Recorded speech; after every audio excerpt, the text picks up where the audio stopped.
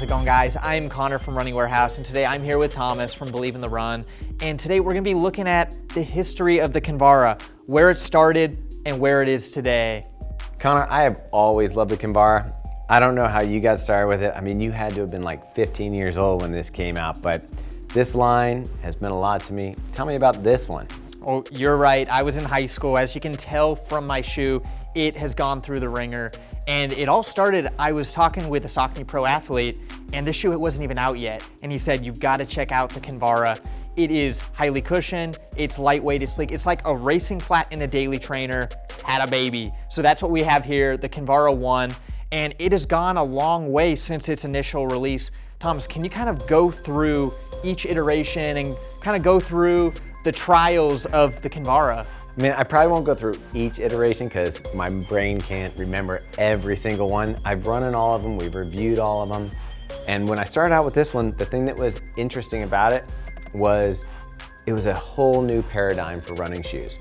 So at the time when this came out, Born to Run, you know, Christopher McDougall's book, Born to Run, had come out, and everybody was talking about natural running, lower drops, more, you know, even to barefoot running. So Kinvara was one of the first brands to go in there and say, how can we take that, you know, philosophy and put it in a trainer? And they came out with a Kinvara. And if you think about what was available at the time, this was like blow your mind. This was like the Vaporfly of its day.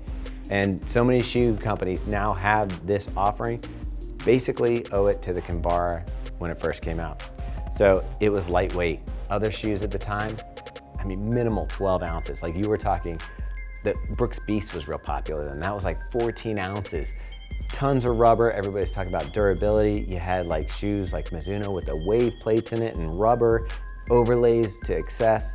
So this came out, and not only did it strip all that away and get to a light, I don't know, what was it, 7 ounce? No, it was probably 8 ounces around that. Around that range. Yeah, and you had a shoe that was fun to run in, light, looked sexy. It was like one of the first shoes, like had a colored midsole. It was like, boom.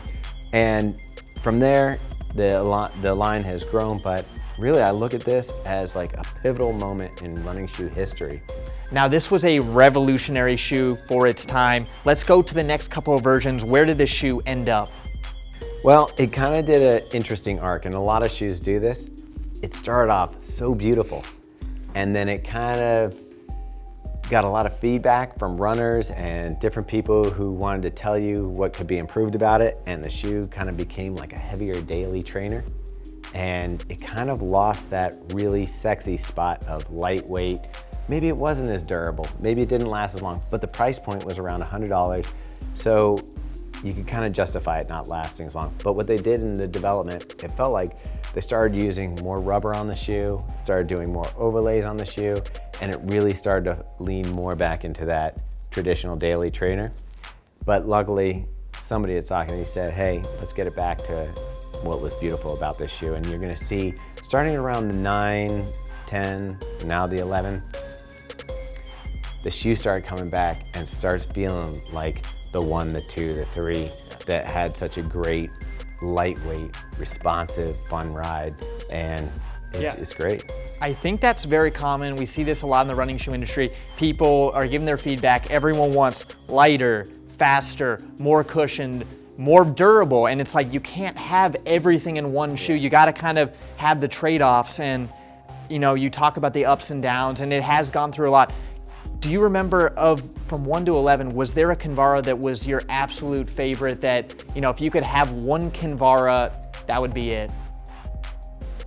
You know, I have to say, nostalgic-wise, I go back to the early ones, but these are probably a better shoe. The Kinvara 10, the Kinvara 11 is probably an overall better shoe than that. So now you have a lot of opportunity to get shoes from other brands that are like this, but at the time, like I said, there was nothing out there.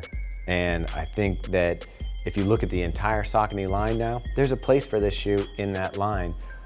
You're gonna have the Endorphin series, that's the lighter weight, higher stack stuff. You're gonna have your daily trainers like the Ride or the Triumph with the extra cushioning. That now, this holds a spot where if you want a lightweight trainer, it's responsive. I know that's a buzzword, but you do feel it, you land, you take off.